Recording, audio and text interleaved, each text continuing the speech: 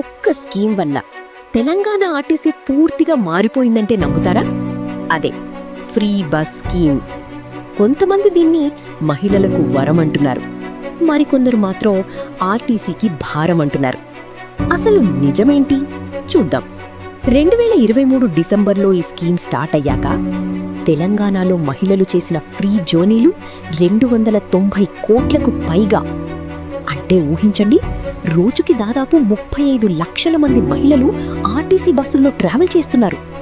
ముందు bus charge కోసం డబ్బులు లేవు, వెళ్ళడం మానేద్దాం అనుకునే వాళ్ళు ఇప్పుడు హైదరాబాద్ నుంచి వరంగల్, నిజామాబాద్ నుంచి కరీంనగర్ ఎక్కడికైనా ఫ్రీగా వెళ్ళిస్తున్నారు. దీంతో కాలేజీ అమ్మాయిలకి సేవింగ్స్, జాబ్ చేసే వాళ్ళకి రిలీఫ్, గ్రామాల మహిళలకు ట్రావెల్ ఫ్రీడమ్, చిన్న చిన్న కుటుంబాలకు నెలకి వేల రూపాయల సేవ్. కానీ స్టోరీ అంతా పాజిటివ్ మాత్రమే కాదు. ఫ్రీ బస్ స్కీమ్ తర్వాత బస్సుల్లో రద్దీ భారీగా పెరిగిందని కంప్లైంట్స్ వస్తున్నాయి. కొన్ని టైమ్స్లో బస్ ఎక్కడం ఇట్ సెల్ఫ్ మిషన్ ఇంపాసిబుల్ అయిందంటున్నారు. మరికొందరు ఏమంటున్నారంటే ప్రభుత్వం ఇలాంటివి ఫ్రీగా ఇస్తూ పోతే ఫ్యూచర్లో ఆర్థిక భారం పెరుగుతుందా అని.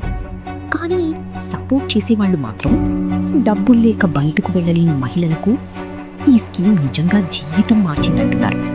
మరి మీరే చెప్పండి, ఫ్రీ బస్ స్కీమ్ తెలంగాణకి సూపర్ హిట్టా లేక లాంగ్ టర్మ్లో రిస్కా? కామెంట్లో మీ ఒపీనియన్ చెప్పండి. ఫాలో అవ్వడం మాత్రం మర్చిపోవద్దు.